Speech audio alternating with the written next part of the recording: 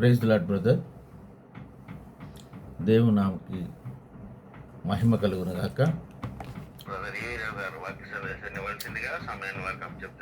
Praise the lord brother, praise the lord. అందరికీ మరొకసారి వందనాలండి. దేవుడు నాకు ఇచ్చినటువంటి సమయాన్ని బట్టి మన యావే దేవుని స్తుతిస్తున్నాను. మరి కమిటీ పెద్దలు కూడా నాకు ఇచ్చినటువంటి ఈ సమయాన్ని బట్టి వారికి ప్రత్యేకమైన వందనాలు. మనం ఇప్పుడు చదవబడినటువంటి లేఖనములు మరి ఎంతో చక్కగా మూల్య గారు చదివి వినిపించారు. ఆమెకి ప్రత్యేకమైన వందనాలండి. యోవేలు గ్రంథము మనకందరికీ బాగా తెలిసినటువంటిది. మైనర్ ప్రాఫిట్ అంటారు ఇన్ని. యోవేలు అనగా అర్థం మనకు తెలిసిందే. యోవేలు అనగా ఏంటంటే అర్థము? యెహోవాయే మా దేవుడు, యెహోవాయే మా దేవుడు. యోవేలు గ్రంథము సుమారు క్రీస్తుపూర్వం 835 నుండి 800 సంవత్సరాల మధ్యలో రాయబడింది. అంటే మన యెషయా గారు అయినటువంటి మేజర్ ప్రాఫిట్ కన్నా ముందు. మేజర్ ప్రాఫిట్ అయితే సుమారు 750 సంవత్సరాల్లో బీసీలో ఉన్నారు. అప్పుడు రాయబడినటువంటి ఈ బుక్. దీంట్లో 3 చాప్టర్లు ఉంటాయండి. సుమారుగా 73 వచనాలు ఉంటాయి. ఎంతో అమూల్యమైనటువంటి మాటలు. ఎంత చక్కగాను మరి ప్రాఫిట్ యోవేలు గారు మరి ఇశ్రాయేల్ ప్రజలకు హెచ్చరిస్తూ ఆయన రాస్తారు. ఈ సుమారుగా 17 ప్రాఫిటికల్ బుక్స్లో 16 మంది రాసినట్లు కూడా ఏమని చెప్తూ ఉంటారండి? ఓ ఇశ్రాయేలు, మారు మనసు పొందు, రిపెంటెన్స్తో దేవుని పాద సన్నిధికి వస్తే నీకు రిస్టోరేషన్ దొరుకుతుంది అని హెచ్చరిస్తూ ఉంటారు. అందరు ప్రాఫిట్లు చెప్తారు ఇవన్నీ. ఎందుకంటే ఇశ్రాయేలు ప్రజలు మాట వినకుండా దేవునికి హేయమైన కార్యాలు చేస్తూ ఎంతగానో దేవుణ్ణి బాధిస్తూ ఉన్నటువంటి సమయం. అలాంటి గొప్ప మరి ప్రవర్త ఈయన మరి ఎంతో మరి మనకి మంచి వాక్యాలు బోధిస్తూ మంచిగా మనకందరికి కూడా మరి ఒక గొప్ప పాఠాలు. దీనిలో నుంచి మనం నేర్చుకోవాల్సిన పాఠాలు ఏంటంటే, ఇశ్రాయేలు ప్రజల్లాగా మనం ఉండకుండా భక్తి కలిగి ఆయనకి ఇష్టం లేని పనులు చేయకుండా, తర్వాత ఈయన ఏమని చెప్తారంటే ప్రార్థన ఎలా చేయాలి, ప్రార్థన ఎందుకు చేయాలి, ఎప్పుడు చేయాలి, మనం ప్రార్థన చేస్తే మనకు వచ్చేటువంటి ప్రయోజనాలు ఏంటి అని ఎంత చక్కగానో మనకి వివరించినటువంటి ఈ బుక్. ఇది ఎంతో మనకి మరి ఈ బుక్ ఎవరు రాశారు అని అంటే మనకి యోవేలు గ్రంథము 1వ అధ్యాయము 1వ వచనంలోనే ఎంతో చక్కగా వివరించబడి ఉంటుంది. యోవేలు గ్రంథము పెతుయేలు కుమారుడైన యోవేలునకు ప్రత్యక్షమైన యెహోవా వాక్కు. చూడండి, ఆయనకి డైరెక్ట్గా ప్రత్యక్షమై ఇచ్చినటువంటి మరి వాక్కులు. ఆయన మరి అంత చక్కగాను మరి ఇవన్నీ కూడాను వివరిస్తూ వస్తూ ఉంటారు. మనం ఇంకా చూస్తే ఈయన ఎంతో మరి మనందరికీ నేర్పినటువంటి పాఠాలు, గొప్ప పాఠాలండి. ఆ పాఠాలు ఒక్కొక్కటి మనం కూడా నేర్చుకుని ఈ లెంటీ డేస్లో మనం కూడా ఉపవాసం ఎలా ఉండాలి, దేవునికి దగ్గరగా మనం ఎలా వెళ్ళాలి, దేవునితో మనం ఎలా మాట్లాడాలి, దేవుని నుండి ఎలా మేలు పొందుకోవాలి, ఈ ఇశ్రాయేలీను హెచ్చరిస్తూ చేసినటువంటి హెచ్చరికలు అన్నీ కూడాను మనం ఎన్నో నేర్చుకోవచ్చు. మనము ఇక్కడ చూస్తే 4వ వచనం నుంచి చూస్తే 1వ అధ్యాయం 4వ వచనంలో చూస్తే గొంగళి పురుగులు విడిచిన దానిని మిడతలు తినివేయున్నవి, మిడతలు విడిచిన దానిని పసర పురుగులు తినివేసి ఉన్నవి. పురుగులు విడిచిన దాన్ని చీడ పురుగులు తినివేసి ఉన్నవి. చూడండి, ఇక్కడ అన్ని కూడా పురుగుల గురించి చెప్పుకొస్తున్నారు. 4 పురుగుల గురించి. గొంగళి పురుగులు అంటే ఎవరికి సాదృశ్యం అని చెప్తానంటే బబులోను రాజ్యమునకు. బబులోను రాజ్యం. తర్వాత మిడతలు మిడో పర్షియన్స్, మాతీయులు పార్సీకుల రాజ్యం గురించి మరి ఆయన హెచ్చరిస్తూ ఉన్నారు. మూడోదిగా పసర పురుగులు, ఇవి ఒక్కరు తినేసి మిగిలినవి ఇంకొకరు తినేస్తున్నారు. పసర పురుగులు మరి గ్రీకీలకు, చీడ పురుగులు అంటే రోమీలకు. అదే టైంలో జీసస్ క్రైస్ట్ వారు వస్తారు.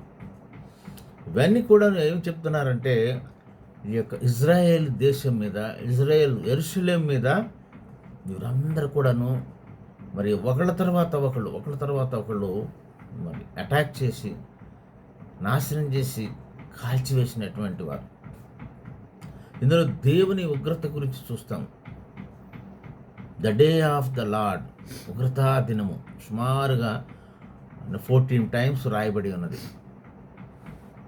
అలాగే ఇందులో ఉన్న ఆమోసు మరి ప్రవర్త మరి ఎప్పుడంటే ఈయనకి రాసినటువంటి ఆమోసు గారి యొక్క వచనాలు, యోవేలు గారి యొక్క దైవ వచనాలు కూడా దగ్గరగా సేమ్ ఉంటాయండి. ఆయన చెప్పేది ఏంటంటే దేవుని ఉగ్రత నుంచి మీరు పక్కకు తిరగండి అని చెప్తూ ఉంటారు. పక్కకు రండి. ఇవ్వండి ఇట్లాగా మిడతలు అంటే సామాన్యమైనవి కాదండి. మనకు తెలుసు మరి అంత క్రితం మరి యావే దేవుడు మోషే గారి ద్వారాగా 10 మరి చేశారు. ఏంటంటే 10 తెగుళ్ళు. వాటిలో కూడాను ఒక తెగుళ్ళు కన్నా మించినటువంటి ఇంకొక తెగుళ్ళు చేస్తారు. ఆ తెగుళ్ళన్నీ చేసినా కానీ అప్పుడు ఆ ఫరో మరి అప్పటికప్పుడు అంటాడు, ఓకే మారుతాను, నెక్స్ట్ డే వెళ్ళిపోయిన అంటారు. కానీ మళ్ళీ ఆ మాట మీద నిలబడకుండా మళ్ళీ వాళ్ళని బాధిస్తూ ఉంటారు. ఎందుకు మరి ఒక తెగులతో చాలదంటే 10 తెగుళ్ళు కూడాను ఆనాడు ఆ ఫరో యొక్క ప్రజలు ఆరాధించేటువంటి దేవతలండి. మిడతలను ఆరాధించారు, కప్పలను ఆరాధించారు, పాములను ఆరాధించారు. మీ దేవతలు ఏమన్నా చేయగలవా అని హెచ్చరిస్తూ మరి ఒక తెగుళ్ళు మించినట్టుగా ఇంకొక తెగులు వాళ్ళ మీద చూపిస్తూ వచ్చినా కానీ వాళ్ళు మారరు. చివరికి వాళ్ళ ఇంట్లో మరి ప్రతి ఒక్కళ్ళ ఇంట్లో మరి శవాలు లెగిస్తాయి. అవన్నీ మనకు తెలిసిన విషయాలే. అక్కడ పురుగులు, మిడతలు దండంటే వచ్చినాయి అంటే సమస్తం నాశనం చేసేస్తాయి, పంటలు, పైర్లు. అలాంటి మరి మిడతలు, గొంగళ పురుగులు, పసర పురుగులు, చీడ పురుగులు, ఇవన్నీ కూడాను ఈ యొక్క రాజ్యాలని బబులోను, మీడో పర్షియన్, మాదీయులు, గ్రీకులు, రోములు వాళ్ళని రిప్రజెంట్ చేస్తూ హెచ్చరిక చేస్తూ ఇదిగో ఇవి వస్తున్నాయి, మీరు నాశనం అయిపోతారు, మీరు ప్రభు తట్టు తిరుగుడే అని హెచ్చరిస్తూ ఉంటారు. అయినా కానీ వారు మారపోయినా సరే వాళ్ళని హెచ్చరికలు చేస్తారు. చూడండి, ఎన్నిసార్లు చెప్పినా కానీ వెళ్ళకపోతే మరి ఆయన చెప్పి 1:4 ఈ మిడతల గురించి చెప్పారు. 1:5 మీకు ద్రాక్ష రసం లేకుండా చేసి మిమ్మల్ని నాశనం చేస్తానంటారు. ఒకసారి చూడండి. మత్తులారా మేలుకొని కన్నీరు విడివిడి ద్రాక్షారసపానము చేయువార్లారా రోదనము చేయుడు. క్రొత్త ద్రాక్షారసము మీ నోటికి రాకుండా ఒక్కొక్కటి అన్ని ఎక్స్ప్లెయిన్ చేస్తూ ఉంటారు. మత్తులారా మీరు ఇటు దేవుని తట్టు తిరుగుడి, ద్రాక్షారసం మానేయండి. ఇట్లా చేస్తూ ఉంటే దాసరసం ఏంటండి, మత్తు ఇస్తుంది. మత్తు వల్ల వాళ్ళు దేవునికి దూరం అయిపోతున్నారు. రోదన చేయండి, మీరు అంగలార్చండి హెచ్చరిస్తూ ఉంటారు. అయినా మారు.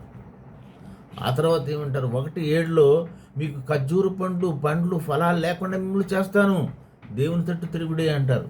మరి యోవేలు గ్రంథం 1వ అధ్యాయము 9వ వచనంలో ఆహార ధాన్యాలు లేకుండా మీకు నాశనం చేసేస్తాను. ఎన్ని హెచ్చరికలు ఇస్తారండి. అయినా కానీ మాట లెక్క చేయరు. మాట వినని వారిగా ఉంటూ ఎంతో మరి వ్యతిరేకత చూపిస్తారు. యోవేలు గ్రంథం 1వ అధ్యాయము 11లో ఏమంటుంది, గోధుమలు ఎవ్వలో మీకు లేకుండా నేను మిమ్మల్ని నాశనం చేస్తానంటారు. అదే 1:12 చూడండి. 1:12 ద్రాక్ష చెట్లు చెడిపోయాను, అంజూరపు చెట్లు వాడిపోయాను, దానిమ్మ చెట్లను, ఈత చెట్లను, జల్దరు చెట్లను, తోట చెట్లన్నీ వాడిపోయినవి. నరులకు సంతోషమేమీ లేకపోయాను. చూడండి, నరులకు అలా ఈ చెట్లన్నీ కూడా ఒకసారి మనం చూసాం. దేనికి రిప్రజెంట్ చేస్తుంటే జనులకు, మనుషులకు. ఇవన్నీ కూడా మీకు పాడైపోతున్నాయి, ఇవన్నీ నాశనం అయిపోతున్నాయి. ఇకనైనా మీరు మారు మనసు పొంది దేవుని తట్టు చూడండి, దేవుని వద్దకు రండి, మరి అవన్నీ మానుకోండి. మీరు పాలస్తీనా దేశం, పాలు తేనెలు కారు అన్నటువంటి దేశానికి మీరు వెళ్ళాలనుకుంటే మీరు మారండి. మీకు కరువు దినాలు వస్తున్నాయి. ఒకసారి చూడండి, ద్వితీయోపదేశకాండము 28వ అధ్యాయంలో 38లో ఉంటుంది. మిడతల గురించే చెప్తా ఉంటారు అక్కడ కూడాను కరువు వచ్చేస్తుంది. మిడతలు వచ్చినాయి అంటే పంటను తినేస్తే ఆనాడేంటంటే ప్రజలకు ఆధారము ఇదే వ్యవసాయం, పంటలు లేకపోతే తిండి ఉండదు. ద్వితీయోపదేశకాండము 28వ అధ్యాయము 38వ వచనంలో మిడతలన్నీ కూడా మీ పంట విస్తారమైన విత్తనములు పొలంలోనికి తీసుకుని పోయి కొంచెమే ఇంటికి తెచ్చుకుందువు, ఏలైనగా మిడతలు దాన్ని తినివేయను. మనం చూడండి, యాక్చువల్గాను 10 గింజలు నాటితే 10 ఇంటూ కొన్ని వేలు వస్తాయి. మనం చూస్తాం కదా, వరి గింజలు కానీ గోధుమలు కానీ వీళ్ళు నాటినవి సపోజ్ 1 క్వింటాల్ అయితే దానికి తక్కువే తిరిగి వస్తాయి అంటున్నారు.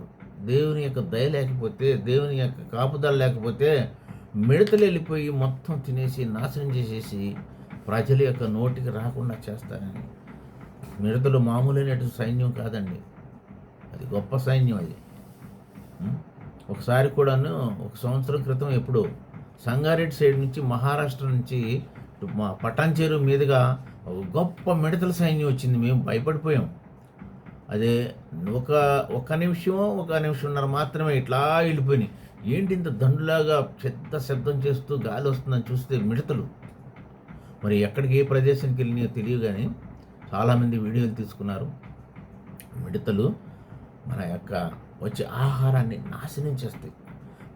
ఇంకా ఎన్నో రాబో దినాల్లో భయంకరమైనటువంటి మీ ప్రవర్తనల గురించి మార్చుకోండి, ఉపవాసం చేయండి, కుటుంబాలతో, రాజులతో, చిన్నపిల్లలతో కలిసి రండి, ఉపవాసము చేయండి అని ఎన్నో హెచ్చరికలు చేస్తారు. పశ్చాత్తాపడండి, అయినా వింటారండి, మాట వినని వారిగా ఉంటారు. మీరు పశ్చాత్తాపడి చేస్తే ఒకసారి చూడండి, యోవేలు గ్రంథం 1వ అధ్యాయము 14వ వచనంలో ఉపవాస దినము ప్రతిష్ఠించుడి, వ్రత దినము ఏర్పరచుడి, యెహోవాను బతిమాలుకొనుటకై. చూడండి ఎలా చేయాలని మనం బ్రతిమాలుకోవాలి. యెహోవాని బ్రతిమాలుకుని మనము వ్రత దినము ప్రకటించుకొని ఆయనకు మరి మొరపెట్టాలండి. పెద్దలైన దేశంలోని జనులందరినీ మీ దేవుడైన యెహోవా మందిరంలో సమకూర్చుడి. దేవుడైన మందిరంలో సమకూర్చి ప్రార్థన చేయాలి, విజ్ఞాపన చేయాలి అంటారు కదా. ఇకనైనా మారండి అని అంటారు.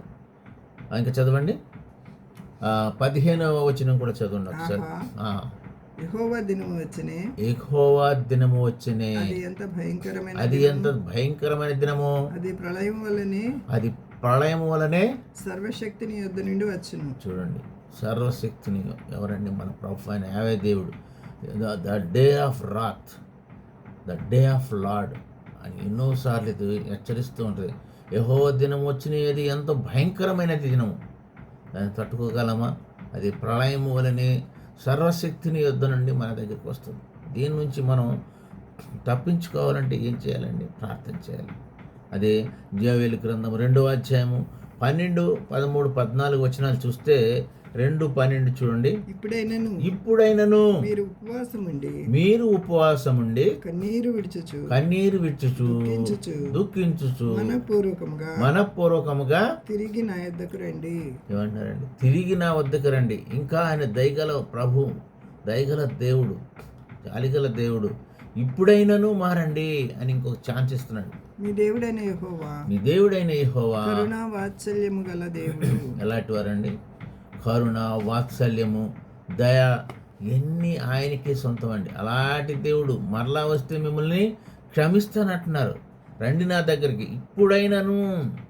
చూడండి, శాంతమూర్తియు శాంతమూర్తియు అత్యంత కృపగలవాడునయుండి అత్యంత కృపగలవాడునయుండి తాను చేయనుద్దేశించిన కీడుని చేయక ఉమ్, పశ్చాత్తాపపడును గనుక మీ వస్త్రములు కాక మీ హృదయములను చింపుకుని ఆయన తట్టు తిరుగుడి.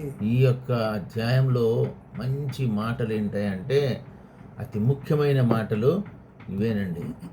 మీ వస్త్రములు కాదు చించుకునేది, బూడిద రాసుకుని మరి శక్లాత కట్టుకుని అంగలార్చుట కంటే మీ యొక్క హృదయాలు చించుకోండి. ఆయనకి ఏమి ఇష్టం అండి? విరిగి నలిగిన హృదయం ఆయనకి ఎంతో ఇష్టమని. విరిగి నలిగిన హృదయం కలవారమై ఆయన దగ్గరికి వస్తే ఆయన కనికరం పడి మన మీద జాలి పడతారు. అపోస్తుల కార్యాలు 2:17 కూడా ఉంటుంది. అక్కడ ఒకసారి చూడమన్నా అపోస్తుల కార్యాలు 2వ అధ్యాయం 17 కూడా ఏందో చక్కగాను వివరించబడి ఉంటుంది. ఆత్మను అంచెదినములందు నేను మనుషులందరి మీద నా ఆత్మను కుమ్మరించెదను. చూడండి, ఆయన ఆత్మను కుమ్మరిస్తానని చెప్తున్నారు. మీ కుమారులను కుమార్తెలను ప్రవచించెదరు. మీ యవనులకు దర్శనములు కలుగును. మీ వృద్ధులు చూడండి, ఇవన్నీ మనకి ఆయన చేస్తానని హెచ్చరిస్తున్నారు. ఇదే ఏవేలు 2:25 కూడా మళ్ళీ మనకి చెప్తున్నారు, సంశ్రాంతమైనటువంటి పంటను మీకు తిరిగిస్తాను, మీరు ఇకనైనాను నా తట్టు తిరగండి, ఉపవాసం ఉండి మీ బట్టలు చించుకొనక మీ హృదయములను చించుకుని నా తట్టు తిరగమంటారు. ఏవేలు గ్రంథం 2:25 ఏముంటుంది చూడండి. సంవత్సరముల పంటను మీకు ఇచ్చిదని అంటారు ఆయన. రిస్టోర్ అవ్వండి, రిపెంటెన్స్ ఒక్కసారి చదవండి. ఏవేలు 2:25 అమ్మా.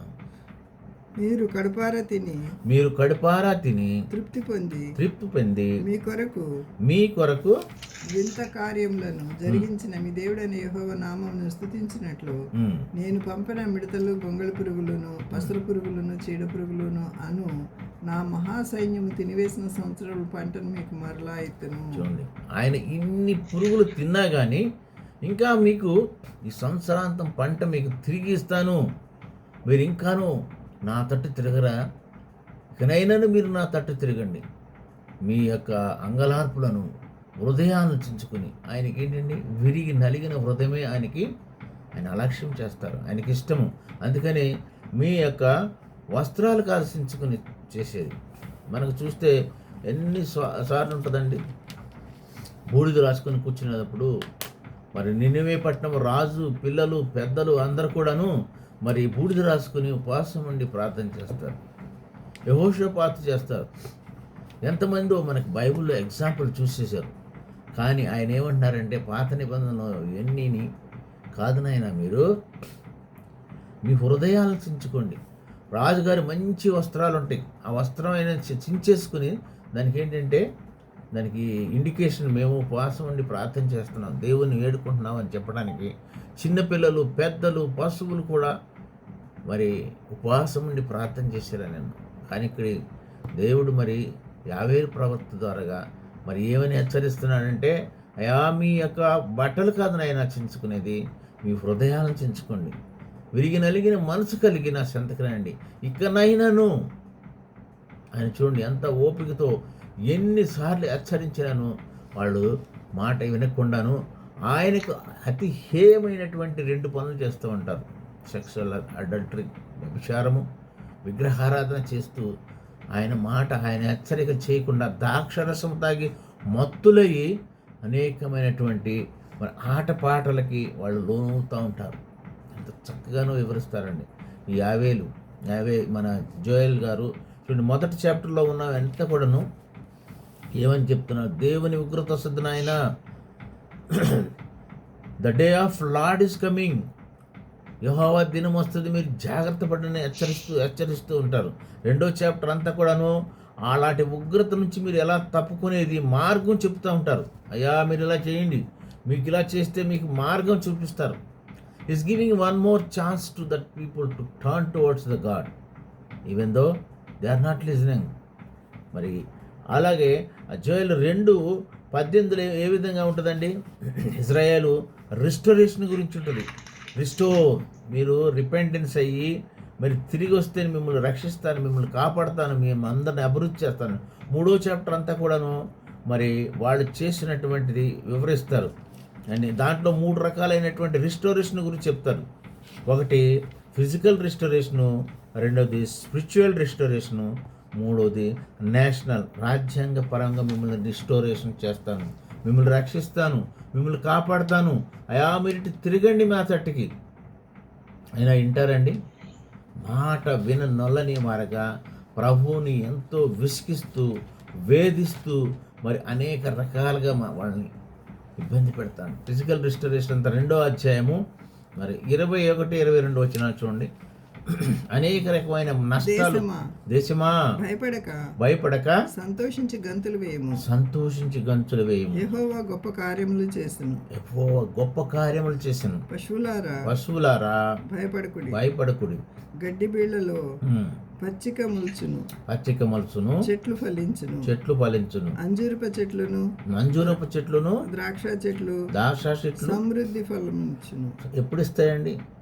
when they are repented, turn towards the God.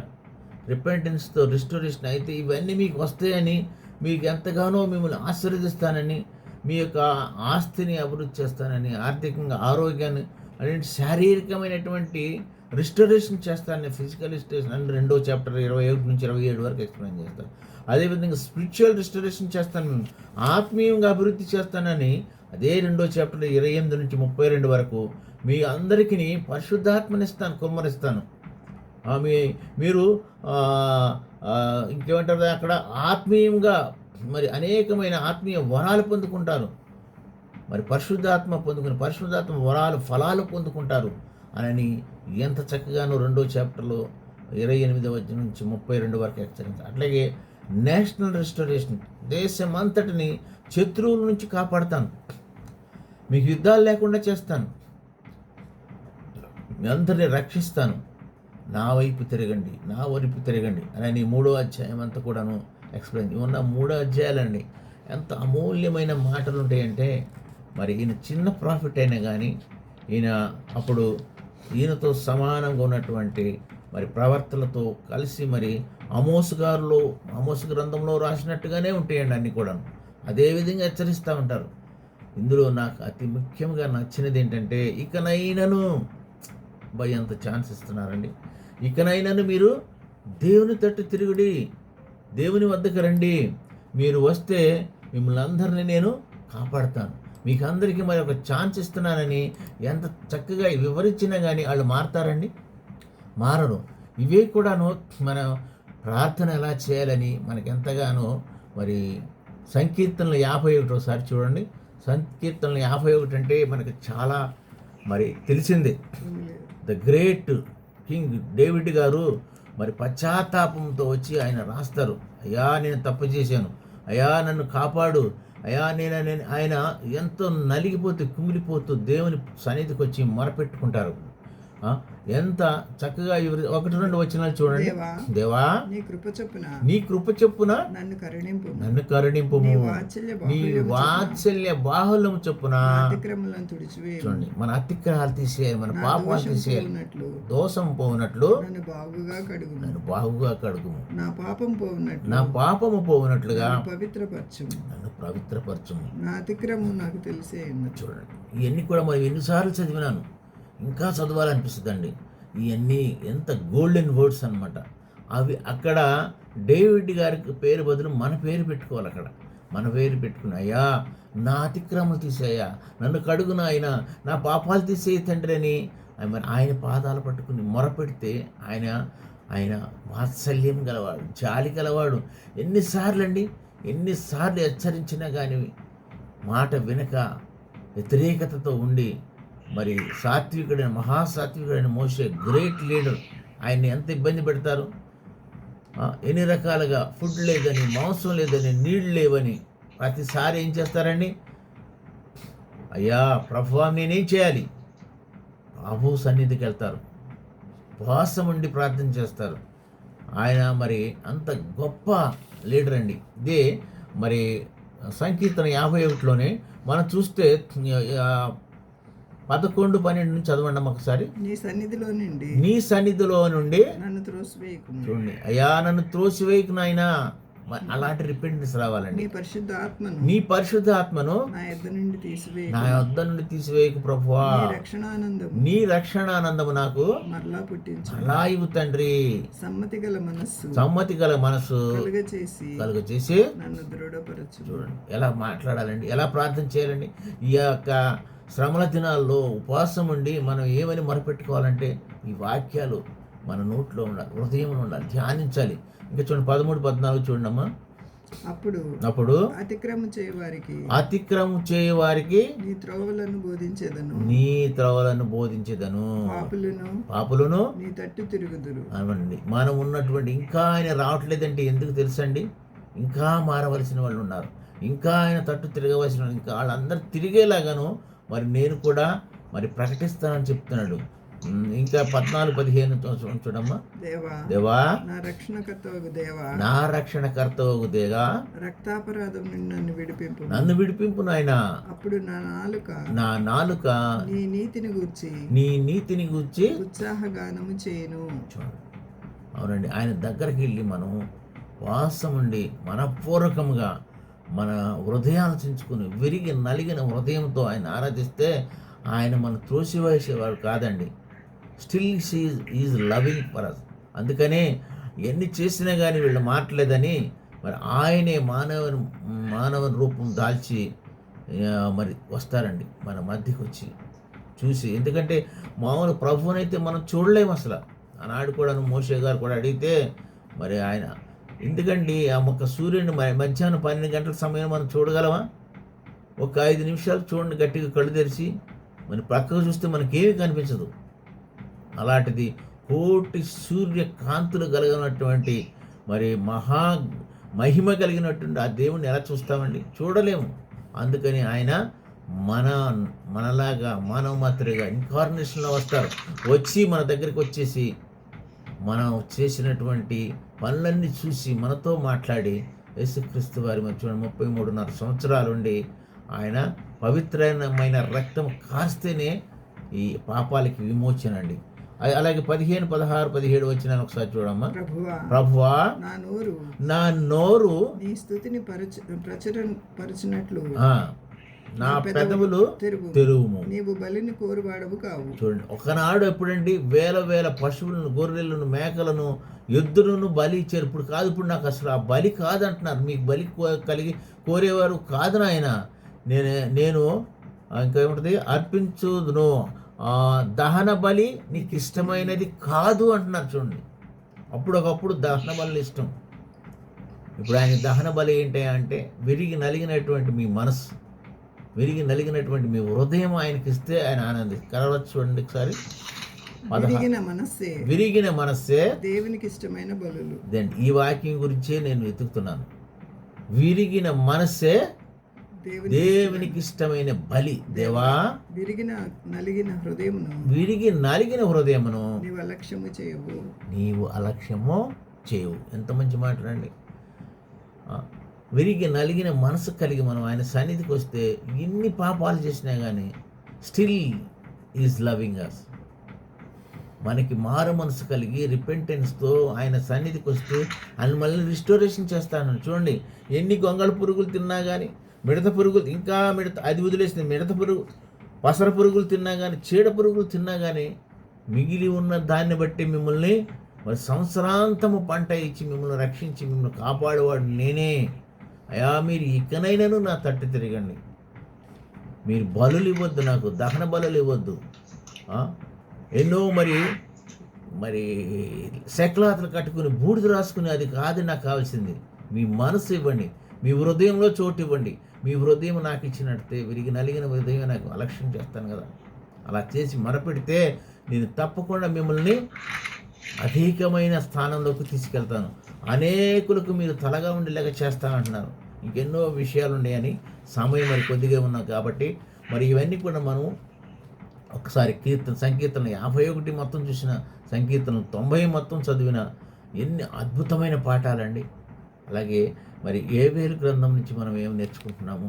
ఏవేలు గ్రంథంలో ఉన్న అమూల్యమైనటువంటి 73 వచనాల్లో మనం ఒకసారి చదివిని కొంది మరొకసారి చదివితే ఆయన ఎవరితో మాట్లాడుతున్నాడు కదా, నాతోనే మాట్లాడుతానని ఫీల్ అయ్యి మన ప్రార్థన ఎలా చేయాలి, ఉపవాస ప్రార్థన ఎప్పుడు చేయాలి, ఉపవాస ప్రార్థన ఎలా చేయాలి, ఉపవాస ప్రార్థన మరి ఎవరి గురించి చేయాలి, ఎంత చక్కగానో వివరించి మనందరికీ కళ్ళకి కట్టినట్టుగా ఈ వాక్యాలు చూపిస్తాయండి. అలాంటి మనము ఈ యొక్క లెంటి డేస్లో ఉన్నాం. మనము బట్టలు వస్త్రాలు చించుకుని కాదంటున్నారు ఆయన. మనం విరిగి నలిగినటువంటి హృదయంతో మనం ఆయన దగ్గరకు వచ్చి మన హృదయాలను చించుకుని ఆయనకి మొరపెడితే ఆయన మనల్ని మరి ఇజ్రాయేల్ని కాపాడిన దేవుడు మనం కాపాడండి. చివరికి ఎంతగానో మరి ఇప్పుడు చూడండి, ఇప్పుడు ఉన్న ఇజ్రాయేల్ కంట్రీ మీద ఏముందండి, అక్కడ విలాపంచుటకు ఉన్నటువంటి ఒక గోడ, సొలొమోను గారు కట్టించిన గోడ మాత్రమే మిగిలింది. ఆయనను still they have great faith and great hope. ఆయన వస్తున్నాడు, ఆయన మధ్యాకాశం నుండి దిగి వస్తారు, వచ్చి మనల్ని అందరినీ తీసుకెళ్తారనేటువంటి గ్రేట్ హోప్తో మనం అందరం ఉన్నాం. ఆయన వస్తారని నాకు మన నమ్మకం ఉంది. మరి మీకు నమ్మకం ఉన్నదా? మన సాక్షి జీవితం ఎలా ఉన్నది మనం పరీక్షించుకోవాలి. ఆయన వస్తున్నాడంటే చూసి మనం లేపబడే గుంపులో ఉంటామా, విడవబడే గుంపులో ఉంటామా? మనం అందరూ కూడాను మరి ఎన్నో రిఫరెన్స్లు చెప్పి ఎన్నో వాక్యాలు చేస్తాం కదండి. విరిగి నలిగిన హృదయం మనకు కలిగి ఉన్నామా? ఆయన అలక్ష్యం చేయనంటున్నారండి. దహన బలులను నేను ఆశించను అంటున్నారు. మీ హృదయం నాకు ఏంటంటున్నారు. మన హృదయంలో చిన్న చోటు ఉందా? ఆయన ఇంకాను మరి తట్టుతూనే ఉంటున్నాడు. మరి డోర్ తడుతున్నాడు, తీయమంటాడు. మరి ఎప్పటి వరకు తడతారండి? మీరు తీసే వరకు తడుతూనే ఉంటారు ఆయన. మీ హృదయంలో చోటు ఇవ్వండి. ఆయన మీ హృదయం కావాలని అంటున్నారు. ఆయనకి ఏమీ లేదండి. సమస్త అధికారం, సమస్త సంపదను వదుకుని రిక్తునిగా భూమి మీదకి వచ్చి మనందరి కొరకు ఆయన పవిత్ర రక్తం కారిస్తేనే దాని విముక్తి అని తెలుసు, లేఖనాలు నెరవేర్చటం. మరి అలాంటి ప్రభుని మనం ఆరాధిస్తున్నాం. ఈ లెంటి డేస్లో 40 దినాలే కాదండి, ప్రతి దినము ఈరోజే నాకు ఆఖరి దినము, ఈరోజే మరి the day of the lord. ఈరోజే మరి మనకి ఆయన వస్తున్నాడు. ఆయన ఉగ్రత వస్తుందని భయంతో, భక్తితో, వణుకుతూ, విరిగి నలిగిన హృదయంతో ఆయన సన్నిధికి వచ్చి ఆయన ఆరాధిస్తే మన దేవుడు వాత్సల్యపూర్ణుడు, దయామయుడు, కరుణామయుడు, మరి ఎంతో ప్రేమమయుడు, మనల్ని ప్రేమించి దగ్గర తీసుకుని హత్తుకుని ఆదరించే దేవుడు అండి. దేవుడి కొన్ని మాటలు దీవించిన గాక చిన్న ప్రార్థన చేసుకుందాం. మహాపరిశుద్ధుడైన మా పరలోకపు తండ్రి, జీవం గల దేవా, అల్పుడను బలహీననైనా నన్ను నిలబెట్టుకున్న ఆయన మీరు మాట్లాడే విధానం బట్టి వందనాలు ప్రభువా. ఈ కొన్ని మాటలు ప్రభువా మంచి నేలను పడిన విత్తనం వలె మరి 30 60 ఫలిస్తూ అందరి హృదయాల్లో పనిచేయనట్లు సహాయం చేయండి తండ్రి. మేమందరం కూడా నాయన వాక్యానుసారంగా జీవించటకు మీ కృప చూపించండి తండ్రి. ఎందుకంటే మీ వాత్సల్యపోయిన నాయన, దయామయుడు నాయన, ఇంకానూ మరి మేము తిరుగుతామని ఎదురు చూస్తున్నారు ప్రభువా. అయా మేమందరం కూడాను ఇక మీదట నాయన మీ తట్టు తిరిగి అయినా మిమ్మల్ని ఆరాధించిన ఆయన తిరిగి నలిగిన హృదయంతో మీ సన్నిధి రాగలటకు మీ కృప చూపించమని, నా ఈ కొన్ని మాటలు మీ పాసానికి చేర్చుకోమని మీ ప్రియకుమారుడు నా రక్షకుడైన యేసయ్య అతి పరిశుద్ధ నామమును బట్టి ప్రతిమలాడి వేడుకుంటున్నాను నా పరమ తండ్రి. ఆమేన్, ఆమేన్. ఈ వందనాలండి. ఈ సమయం ఇచ్చినటువంటి పెద్దలకు మరొకసారి వందనాలు. మరి రిపెంటెన్స్ గురించి మరి